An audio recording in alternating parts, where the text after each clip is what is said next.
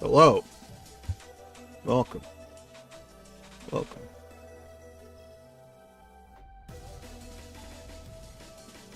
Let me see.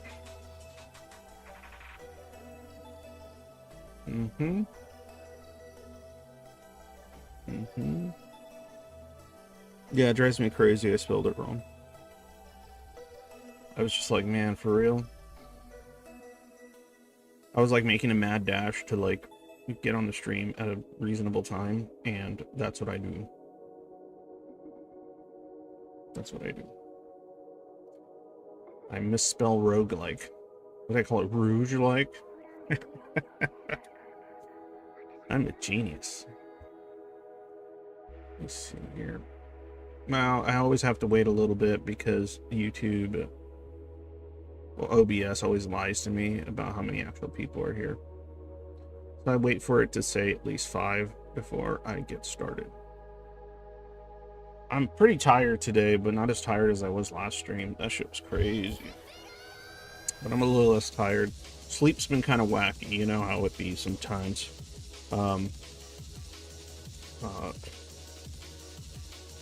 Yeah, you know how it be. All right, there we go. We got a few people. Welcome, welcome. Yeah, let's see here.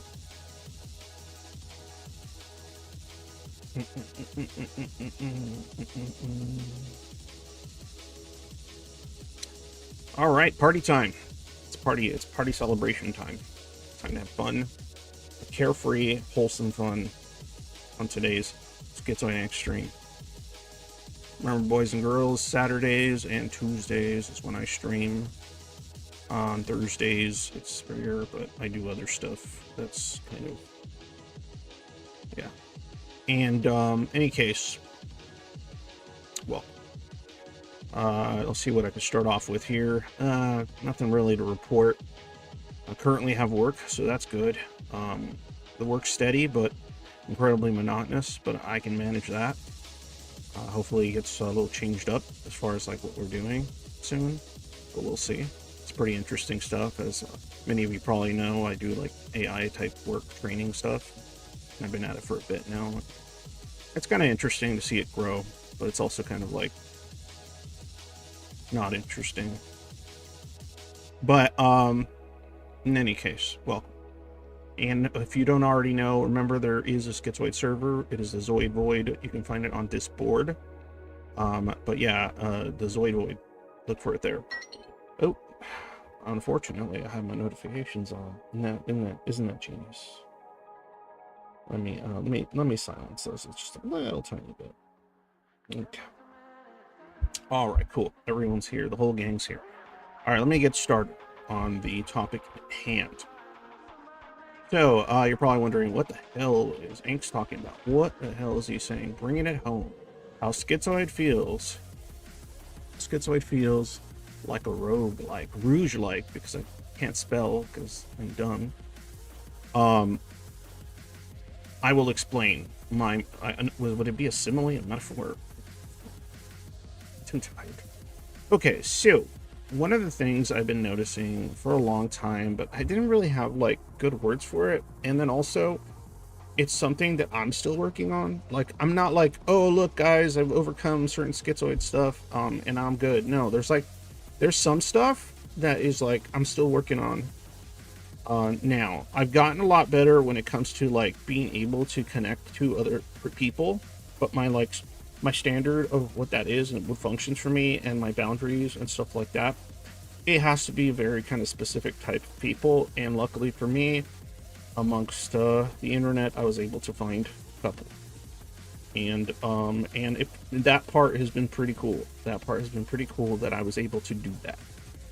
Okay, so that's like some of the adaptations that I've been kind of like struggle with a lot of my life, and I'm able to like kind of do this. Like, I can actually like detect friend without, because there's not all these connotations associated with it that would normally make me averse, because now I know what friend looks like to me, and I can locate it, and then I can have one, right? I can make them, though the likelihood of me making very many is incredibly low, and I prefer to keep it that way, in all honesty.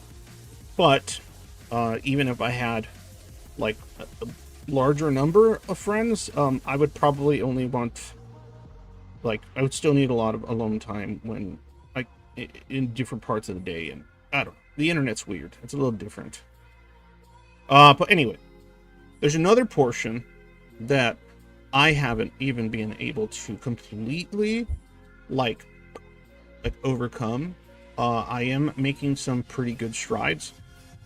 It's because it was always this kind of feeling that, like, I really had a lot of trouble figuring out how that, like, works, right? Okay. And what I'm talking about is, and I know I ramble, sorry. What I'm talking about is this tendency I've noticed with a lot of Zoids, whether it's the more schizoid, macrosocial kind, or the more autistic-y, micro-associative kind, associative kind, macro-associative kind. Both of these tend to be able to find, like, beauty, or, like, better yet, like, positive objects, right, in the world. Usually it doesn't, like, look like people, it's not people-shaped, right? But for a lot of schizoids, I noticed they do like wholesome shit of different kinds. But, like, what is causing that light that is hitting my head? Oh well. And some of those things are like, I don't know, like for some people it's something like animals, right? Pets even, right? Children, their innocence and protect, innocent lives, wholesome things like sincerity and human beings, like, coming together under like a good faith, sincere thing. Stories about that kind of stuff, right? Stories more. Maybe not people you know or in your actual life or even in this world, but like these stories and these ideas, right? And those are things that I've noticed a lot of schizoids can do, like music. It'll be like this kind of handful of things that they see beauty in. They see something positive, special, very nice, something very nice that's external to them. And like I said, that is usually not people-shaped. It can involve something people do, but I don't know. But a lot of times it ain't that. But they'll find it. They'll find it, and a lot of them can describe it. Some of them can talk about how it makes them, like, feel good when they see the thing or they experience the thing. Like, at that moment, they feel decent, while, like, in awe of it or appreciating it. Also, and just remember, like, I can't think of all forms, right, of what that looks like. For some people, it's spiritual. For some people, it's like very STEM, right? They see beauty in, like, the smallest things in nature. Or for others, it's more like an all-encompassing conceptual beauty, or positive thing that is there in the universe on either some very concrete or very, like, abstract level that you go like, wow, that's great. I wish I was that instead. I wish I was that thing, or I wish I was more associated to that than this, right? That kind of stuff. And I hear that a lot, right? The whole, like, brain in the jar thing with Zoids, how they want to be, they wish they weren't trapped in the confines of their own flesh and things like that. And I think what's happening is that because the schizoid has this, and I will never, I don't like the term, so I will never call it an empty core, but this emptiness, this feeling of emptiness. Because I don't believe there is an actual emptiness. I think it is a feeling of emptiness. I think that which could be filled is not available. So I guess it could be. No, I don't know. It's a weird. Anyway, I'm not going to get into it. So anyway, that feeling, that void, that empty feeling, is the very thing that would allow you to be able to integrate positive objects in the outside world. If that makes sense. So, as much as a schizoid oftentimes, they don't necessarily see themselves as a negative object, but they see themselves as, like, a neutral object. right? There are a lot of conditions and personality disorders and issues and stuff in which a person can perceive themselves as a negative object. One really good one would be like an anxious avoidant person, attachment style, that if it gets to the level of a disorder, especially, like, they'll perceive themselves so negatively that they can't associate anything even that they appreciate out in the world to themselves in any capacity, right? But with the Zoid, it could sometimes be some form of that, depending on the trauma and the issues. But for most schizoids, I think it's more of like, it's a neutral object that is kind of null. It's like it's whenever something gets to it, it just goes neutral, right? It goes flat. And even if there's a flutter, it's just gone. And that's kind of what I was saying with how, like, schizoid life can be like a roguelike. Because when you play a roguelike, for those that don't know what a roguelike is, it's like the type of game where, like, you play through it and you can collect items and do stuff, but when you die, you start from scratch each time, right? I'm not talking about roguelites. That's a little easier. But a roguelike is essentially, like, I don't know, a good example would be kind of like Binding of Isaac, right? Where you play through the game and you unlock new things that eventually can't randomly appear in the game, but whenever you die or you beat the game or whatever, you start from scratch again, right? There's nothing carries over. As far as, like, you know, I hope you understand what I'm saying. So with the way a lot of schizoid life is a roguelike is that we can adventure, we can do things out in the world. We may find things, whether it's on the internet or out in real world or in their backyard, whatever. We'll find things of interest, of beauty, and maybe things that feel inspiring for that moment, things that look like positive objects out in the world, things, right? And then when we have that moment of quiet, right, where we could kind of integrate it into, like, this idea, and somebody else told me this, which was a pretty good way to put it, the idea of enjoying the enjoyer, right? Being able to enjoy the enjoyer, and being able to integrate that which you are capable of enjoying and bringing it back to the self, right? But the problem is when you show back up, all the items are gone. Like, the run is over. And now all the items are gone and you're starting from scratch. And I think in most cases, schizoids, if they, because of a lot of the trauma stuff, they might have an easier time bringing negative things or negative objects a little bit easier to integrate. But even then, like, even negative objects, like, disappear pretty quickly. Not always, but you know what I'm saying, right? Like, and so I think fundamentally the issue is that the identity, the sense of self that stuff could be integrated into is like 404. It's there, but it's like shut off. Like, it doesn't have the pathways that allow you to actually integrate that stuff. So that's kind of why, like, you can have a really cool experience or see something really cool and it makes you feel like, wow, maybe life isn't all just nothing and bad. And then you're back from that adventure and it's just like, oh, it's gone again. It's left. It's just back to neutral, back to empty again. And so then you find yourself looking for, like, a new thing. That's why I think also schizoids will jump from hobby to hobby, interest to interest, job to job, whatever, game to game, project to project, because there'll be something there that captivates them. But because it can't be returned to the self, it just sits there. It's it almost makes you and I've noticed this, it almost feels like sometimes schizoids resent the very thing that they found, like, enjoyment or beauty in, because they can't bring it back to themselves.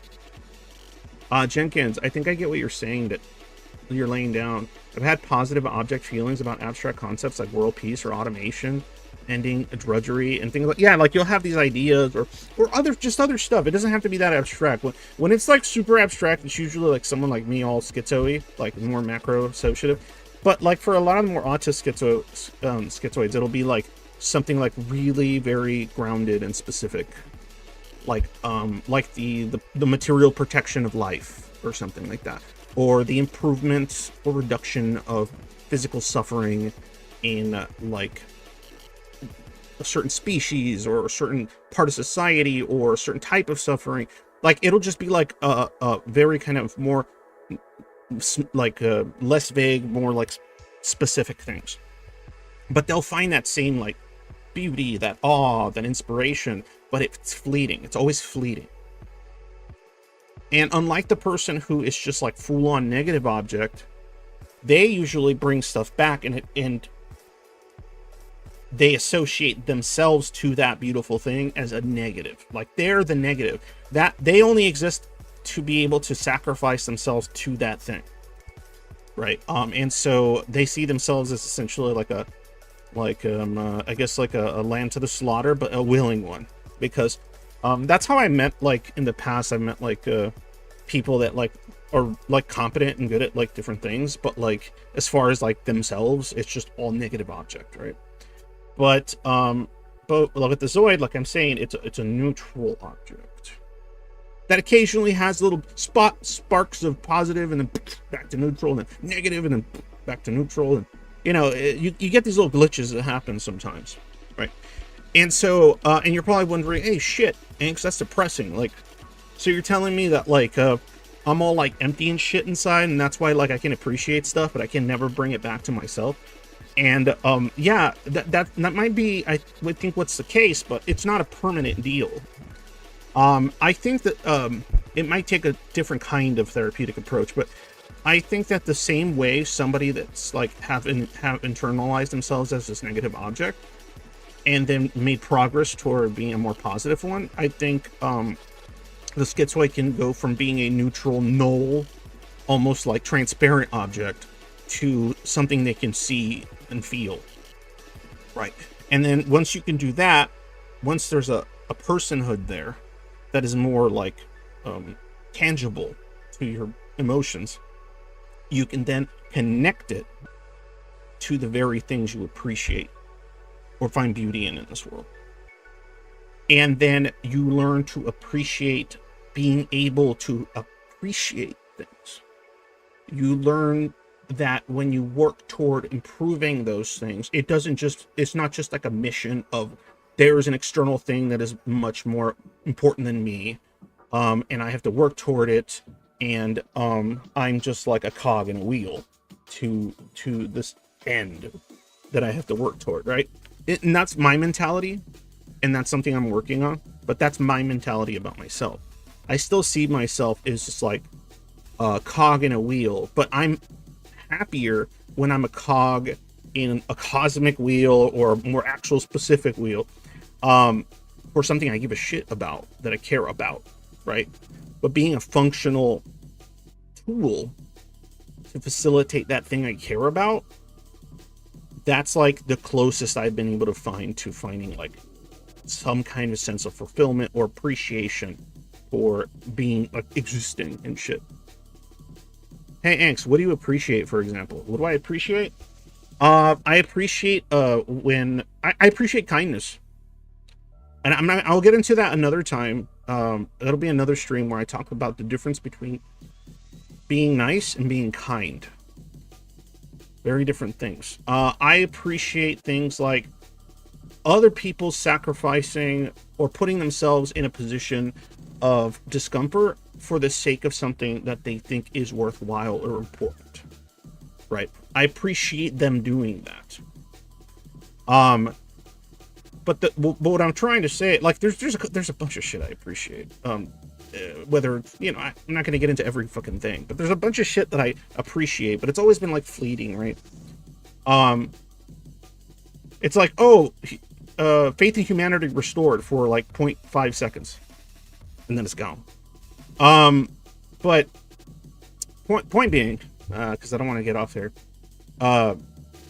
I think the schizoid can do this. I'm working on it right now. It makes me really uncomfortable, but I've been actively working on being able to like appreciate me, which is like, it's hard to conceptualize.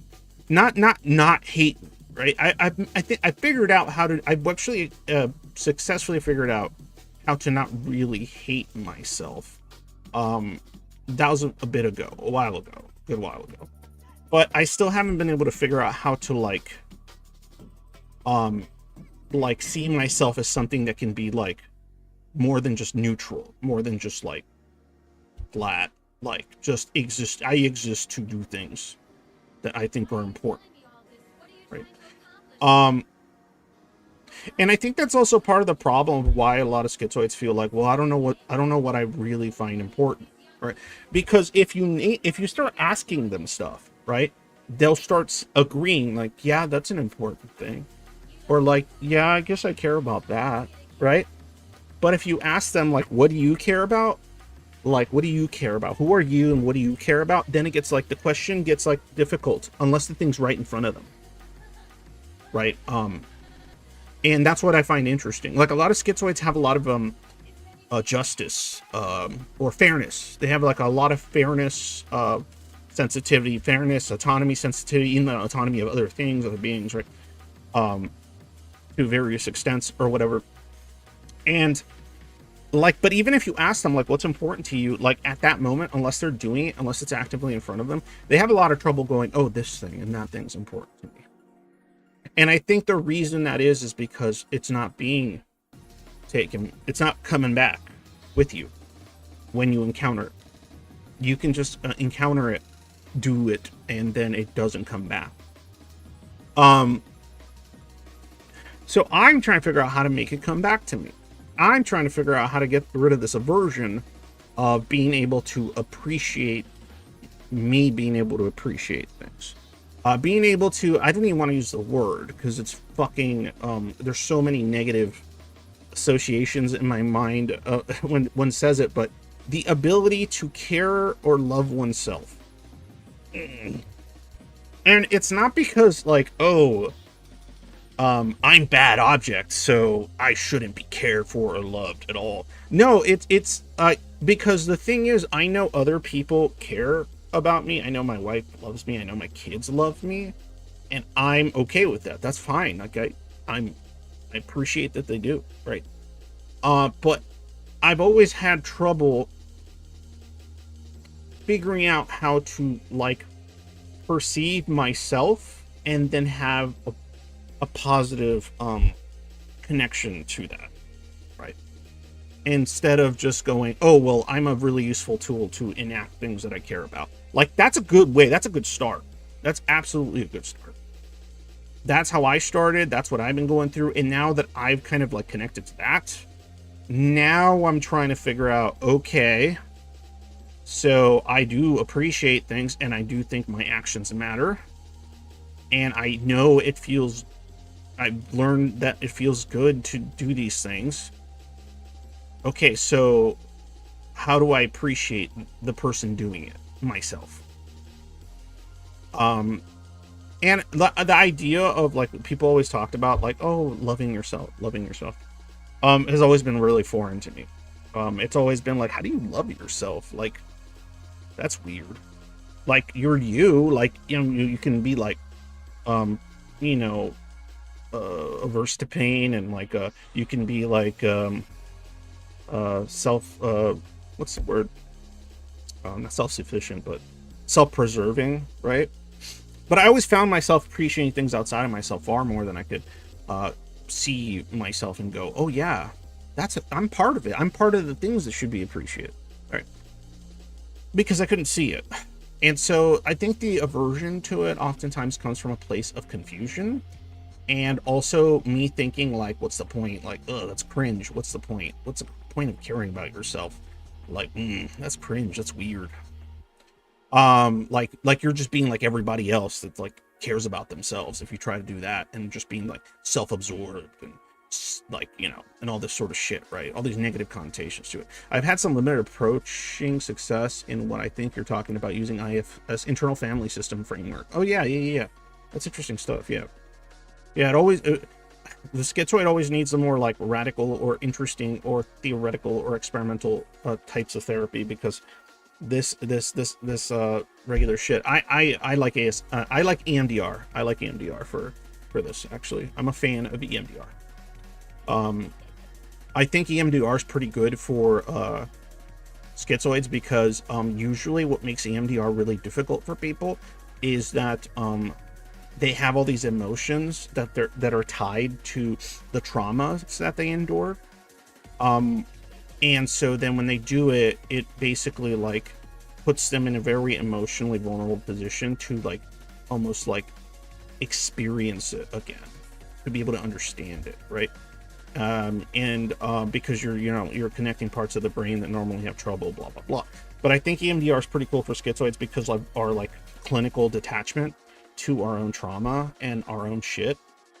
So oftentimes we're just kind of like looking at it like from the outside almost. Not always the case, not with everything, but we're often looking at it from the outside. And so with EMDR, you could like see it and you could be like, whoa, I'm feeling something about this thing I thought I didn't feel anything about. And then we get like so in our heads that we're like, wow, okay, what does that mean? Mm-hmm. Oh, yes, I feel anxiety, I feel pain. Oh man, what's that? That's interesting. And like we'll still do the intellectualization thing, but we'll have an easier time processing it like bit by bit, even if like it makes us feel like shit once we start to.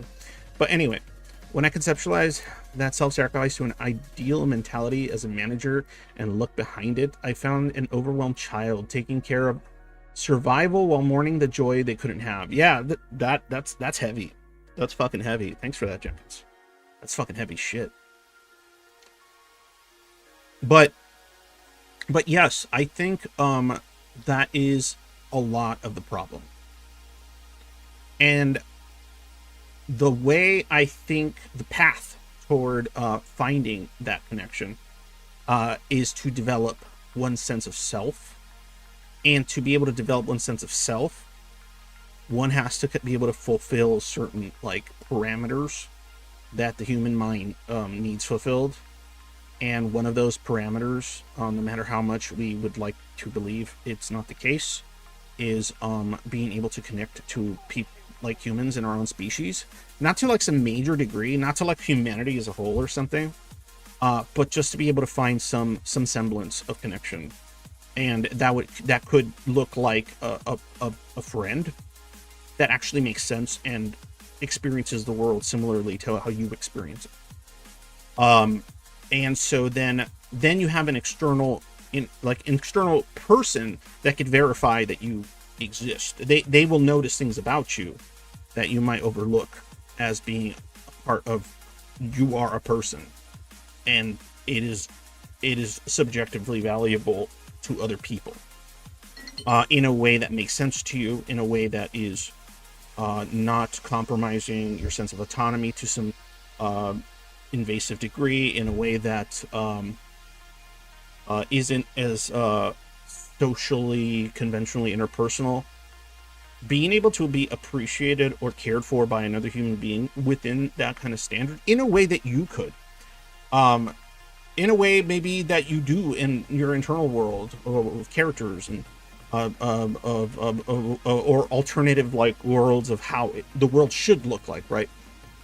That's what's really funny when people talk about like, oh, the schizoid rich inner world. It isn't like always fantasy land. Like it's not Baldur's Gate 3 each time. For some people it is, absolutely. I know for me, I got all kinds of kooky shit, but for a lot of them, it's like, oh, it's just a version of the world that isn't so fucking either like painful or boring or stressful. But anyway, once that can be established, then you have a outside sentient conscious being that could recognize that there's something in there, and then that helps you, and you can recognize what's in them, and then that helps you start going, oh wait, there's something in there, like, wow, that's weird, I guess there is. And then eventually, you practice that, you test those boundaries, you fuck around with them, and then you start finding the things, right? And then you start latching them onto yourself, without it being like confusing or icky. And this is not easy. This is a time-consuming, difficult process. But I think the earlier a schizoid gets started, the better, and the better they will be long term, and the faster it will be. I think it's a bit faster at a younger age than it is if you're like me. But I'm a weird case because I'm like, it's that whole like, I kind of did the whole like self-sacrificing because I want to be a cog in the wheel of the things that matter. And that's why like I put myself through like mental hell trying to like figure out how to like fuck around with this shit in a positive way. And after going through that hell, the positive isn't just that I'm finding a path forward, I believe, but the positive is that I'm actually getting benefits from it. It's like paying off for me as an individual, which is wild because I never thought I would really care all that much about that to the degree that I guess I can be capable of. I told him he didn't wait when I conceptualized the self-sacrifice. Okay, wait. I told him he didn't have to worry. I would take care of him. He can just be a kid from now on. I tell him, oh, your inner child, yeah. And let him play. And whenever some survival thing comes up, I take over so he doesn't have to deal with it. Yeah, that's actually an interesting way to have it, right? Because then that's your ability to. That's still like. What's interesting is that you still have a situation in which you can now like. I'm wondering if like it can work in the other direction too. Like I wonder if a schizoid can work toward developing a appreciation, a construction of like invisibility of the self that's been there, and it's just stunted and it just hasn't developed fully because it stopped at some point in childhood to like be visible and something you can actively construct. And so I wonder if schizoid can do that and then work their way toward like being able to connect to other people that have similar experiences. I'm not sure if it necessarily has to be the way I said. It could be the other way. But I think the primary goal for like schizoid therapy, recovery, whatever you want to call it, the primary goal has to be, how do we get this person to be able to recognize themselves as something that matters and not something that's just there or isn't there? How do we get them to see it? And how do we get them to appreciate it? The same way they can have a appreciation for various external things in the world, even if it's fleeting, even if they can't bring it back to the self. And one of the really cool things, I'll tell you this, I haven't been able to get this one yet. I'm not quite 100% there yet, but I've noticed little tidbits of it. One of the really cool things is, you know how like you can appreciate like I'll say like a nerdy like example, like a video game, right?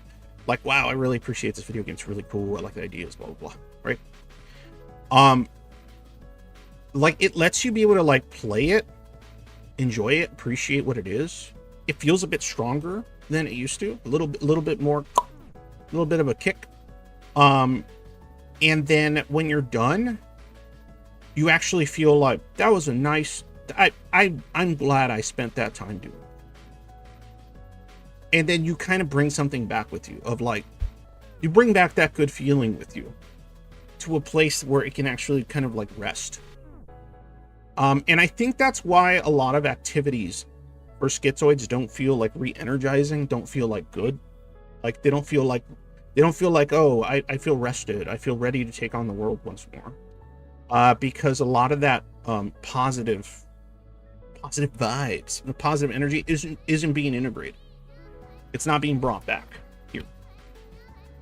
It's just staying there in the things that you found you're able to appreciate. It's interesting too, because when I've talked to schizoids that say, oh well, I don't feel like I appreciate anything, right? Like all you have to do is start asking them questions, and then they can start listing things that matter, and it'll usually be like in this kind of intellectualized way, but fundamentally it's something inside of them that cares. And that means there are things in the world that they can connect to. It's just they don't have the tools for it yet. Honestly, I don't know how much of this is really what I think it is, but I felt something new, and it felt some sort of self-compassion. It did get me to drop workaholism for a bit and be present. Yeah, see what I mean? That's another thing that could, like, it could help, is being present. Being able to just enjoy the moment. In some, like, intuitive way. Even if it's, like, for stuff that would be unintuitive for other, like, neurotypical people that aren't schizoid and shit. So yeah, I think that's insanely important. I think that the ability to do that is the key to making some progress. There is no panacea. There is no elixir for this shit. Anybody that says so is full of donkey shit. What there is a multitude of steps, and there are only 990. No, kidding. A multitude of steps that can go. They could start. I don't even know where technically it has to start. I believe that there's a path that's better or easier, but that path might be the incorrect starting point for different schizoids as to how they're able to do this, right? And it's interesting too, because I've heard, like, a lot of schizoids say, like, oh, this thing that used to bring me some joy or some sense of, like, it's gone now, or got ruined, or, like, I used to feel better when this thing existed in my life, and now it's gone, and so now I'm just sitting there by myself empty, and, like, that was the thing, right? And had you been able to sort of integrate those moments, those memories, those enjoyable things, when you lost that thing, you could have been like, oh yeah, but I have the memories, or I have the feelings of how good it felt when I did it. And that's the issue, right? Is I feel like a lot of schizoids have trouble. Well, they have a lot of trouble with certain types of memory, right? Autobiographical memory is kind of tough, and I think that's because, like, people remember stuff based on, like, emotional connection to the event, right? Or whatever. And I think for even when a schizoid feels emotionally invested or connected to the thing that's happening in front of them at that moment that's external, when the event ends, when it's over, they bring little to nothing back with them. And so then later, when they recollect the memory of the thing, then they're like, oh yeah, I remember I thought that was really cool, but now I'm trying to, like, remember how it felt, how it felt good. And you sit there and you're like, I can't. And it's like, even that memory, you knew it felt good, but even that memory is, like, cloudy, weird. And you're like, I know intellectually, like, I know I felt good at that moment. That was a good thing. Why can't I recall that feeling? Why can't I feel like that right now? And then sometimes you try to do the thing again, and sometimes you get it back for the present and it's gone again. And then sometimes you get so, like, resentful, so, like, tired of having it not staying with you, that eventually, like, you burn yourself out on that thing, right? And you start associating, like, negativity to it. And then you keep trying to do it, and then it's all of a sudden, it's like, wow, okay, it's gone. It's gone. I can't feel like that when I do this thing anymore. It's gone forever. It's gone forever. It's never coming back. It's just, it's interesting because the thought of it's gone forever and it's never coming back, and the frustration of not being able to keep it, is what makes it stop feeling good. But anyway, I hope I'm making some sense here. But it really does seem to, like, I'm always finding little pieces to the fucking puzzle.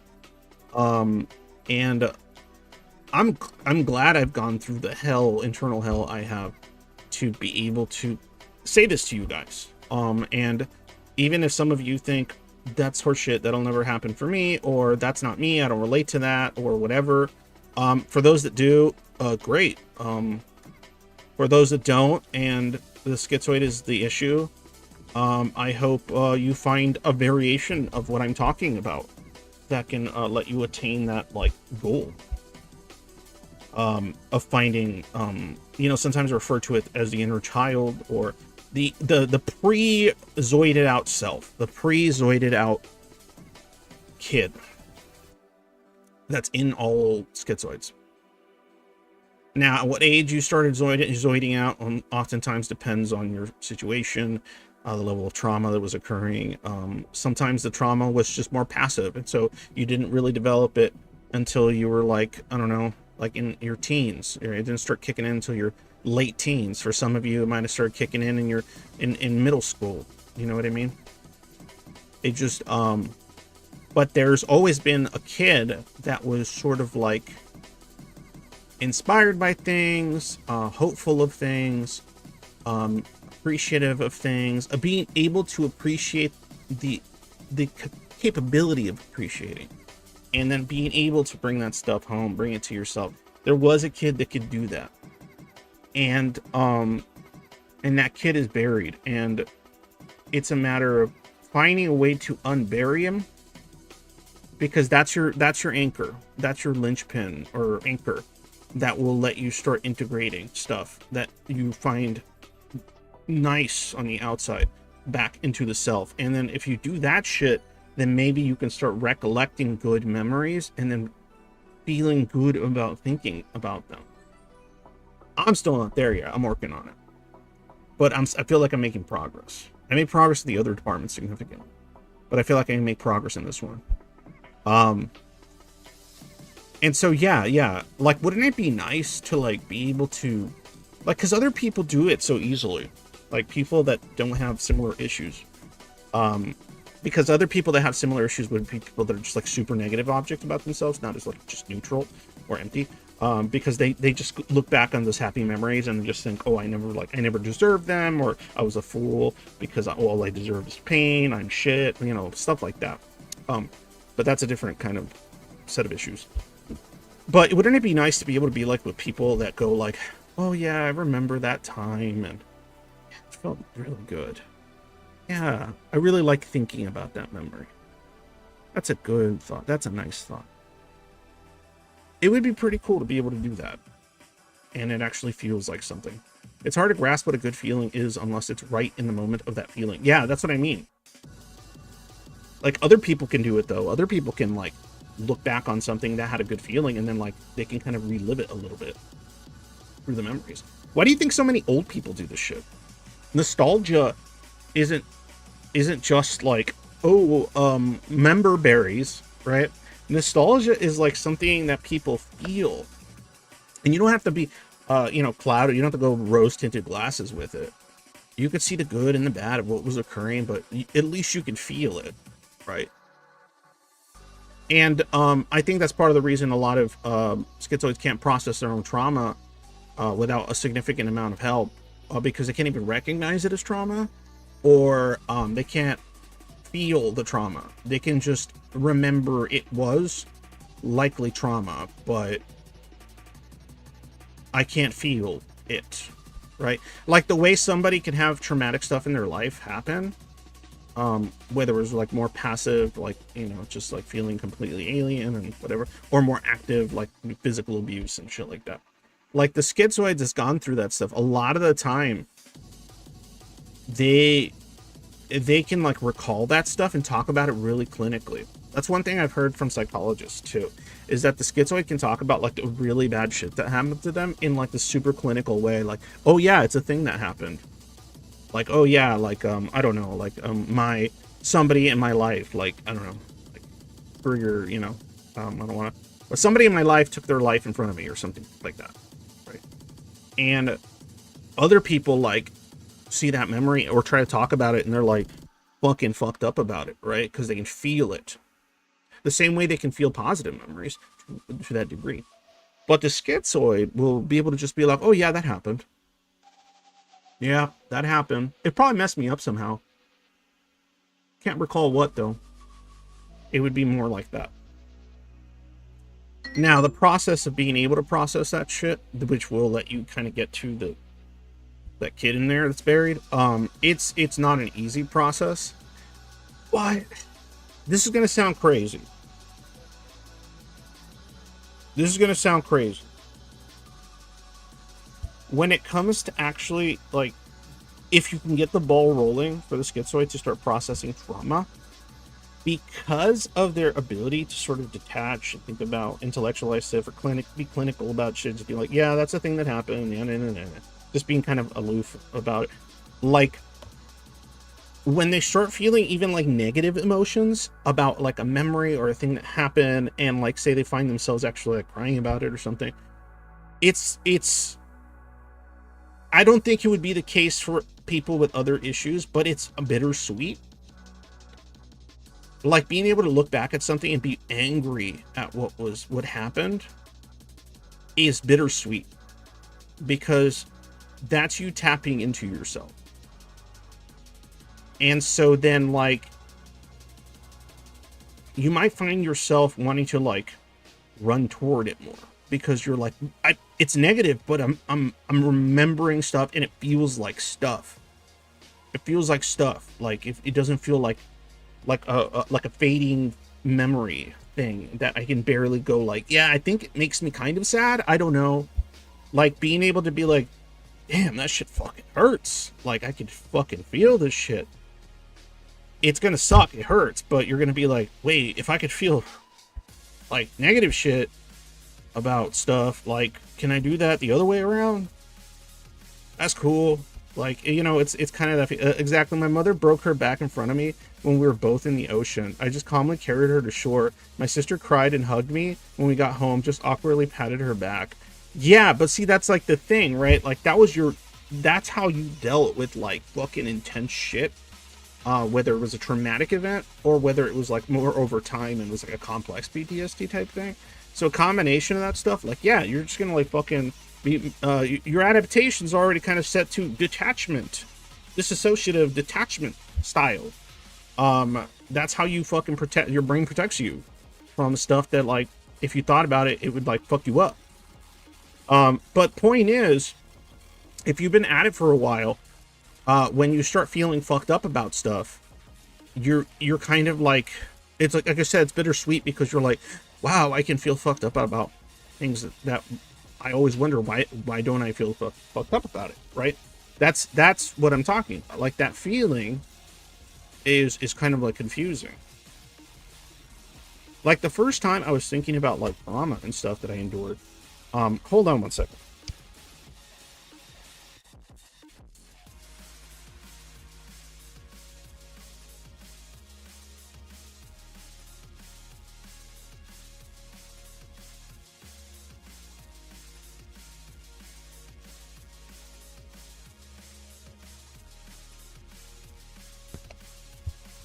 All right. So as I was saying, yeah. So man, now I'm derailed. 1 second. Ignore notifications. Oh yeah, yeah. So now, like, the first time I was able to like work with my psychologist, and it was through EMDR in my case, and obviously I'm taking meds and stuff to help with certain things. And so then, like, the first time I thought about like this trauma that I knew about, and it was pretty bad. It wasn't till I started doing this kind of stuff with her that I was able to pinpoint what was bad about it, right? And then I was able to like pinpoint it, because it's kind of like having like a you know, a metal detector, but it's like a trauma detector. And then like you're like, is it this? Beep beep beep beep beep beep beep beep beep. Wait. I thought it was this that should have been it. No, it's something over here associated with it, that's connected to it. And then you can find it. And when you can find it, first you go like, yeah, that would make sense. That would make sense why that would be. That aligns with what I'm enduring. Somebody that has this personality disorder. That aligns. And then when you start seeing the alignments, you go, like the flood happens. Like, I remember I did it, and like I've told you, I don't know, for those that have been watching me for a long time, I'm not like, I'll have like episodes like maybe like twice, maybe once a year, where I'll have like, I'll just like the dam will break and I'm just like sobbing. And then throughout though, I'll have episodes where my body's in a lot of stress, and then like I start like I'm tearing up, like I'm crying, but I'm not feeling it. It's just like empty, and it's not cathartic at all, right? But even when like I do have it's like painful because it's just so much, right? And it's like a levee breaking temporarily, and then after it, I would feel stupid or empty. But when this one happened, it felt cathartic. It felt real. It felt fucking real. Body feelings are a trauma detector. Choked up, tight chest, tears, tense, sweaty palm. Yeah. Fear, rage, yeah. And so like, yeah, I was able to like pinpoint it, and I was just sobbing. And I could feel the pain of that memory. And once I went through that pain and I discussed it, and I did everything I could to, like, because I didn't want to detach from it, right? I could have, so that it would feel not painful again. But if you do that, then you don't make progress. You're not processing it. You're just finding it and then putting it back.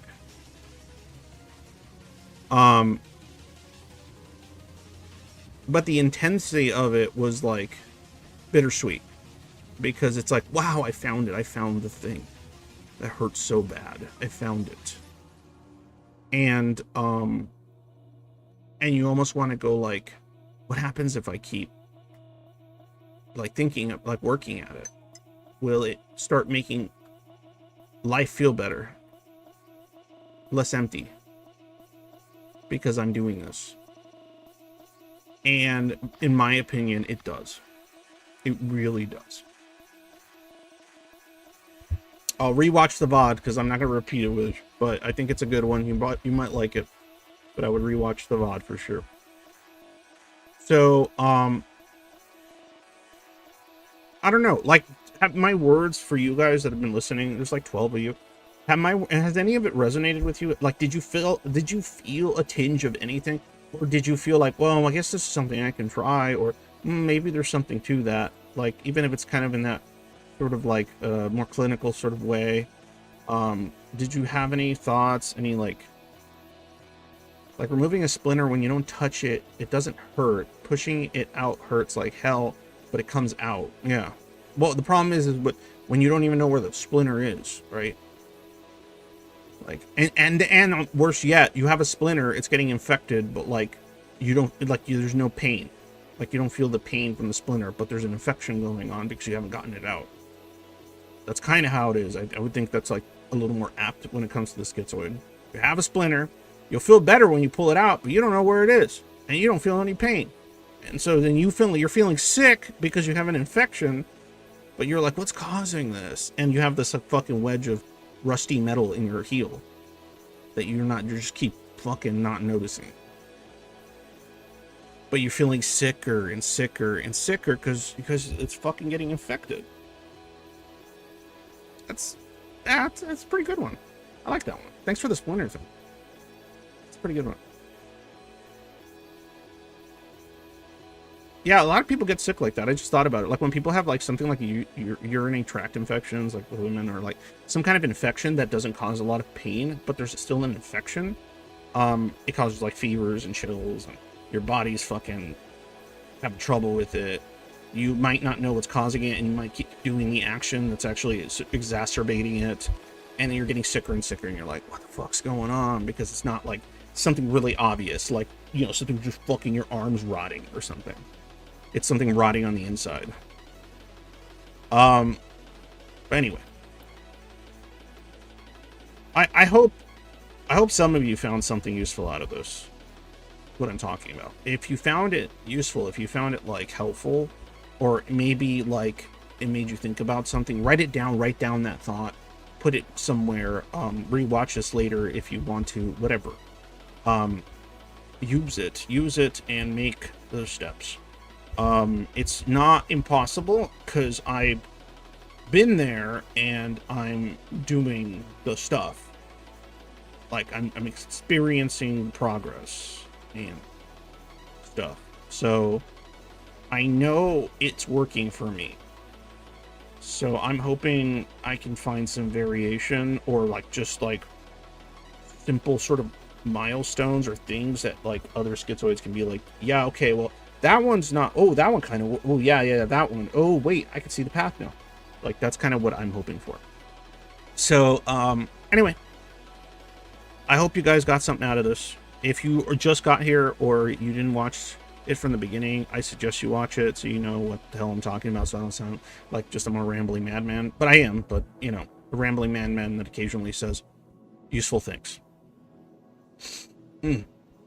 That still hurts to say. And like, feels weird.